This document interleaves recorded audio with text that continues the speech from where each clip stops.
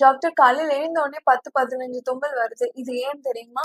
இதுக்கு பேர் allergic rhinitis சொல்லுவோம். இது டஸ்ட்னால மட்டும் வராது. இது வைரல் இன்ஃபெக்ஷன்ஸ், ஸ்மோக்கிங்னால வரும். இல்ல நேசல் பாலிப் இருக்கு, சைனசைட்டிஸ் இருக்கு.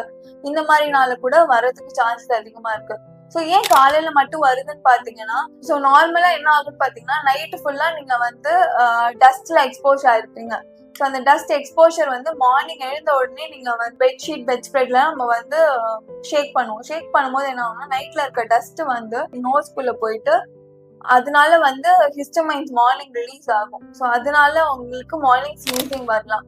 ஸோ மார்னிங் நீங்க காலையில எழுந்த உடனே ஃப்ரெஷ் ஏர் நீங்க எடுத்துக்கும் போது உங்க பாடி ரியாக்ட் ஆகும் போது கூட உங்களுக்கு ஸ்னீசிங் வரலாம். மெயினா என்னன்னா, காலையில எழுந்த உடனே ஸ்னீசிங்னு பார்க்காம அது எதனால வருதுன்னு நம்ம பார்த்துட்டு அதுக்கான கரெக்டான டயக்னோஸ் பண்ணோம் அப்படின்னா கரெக்டான ட்ரீட்மெண்ட் கொடுத்தோம்னா சீக்கிரம் சரியாயிரும்.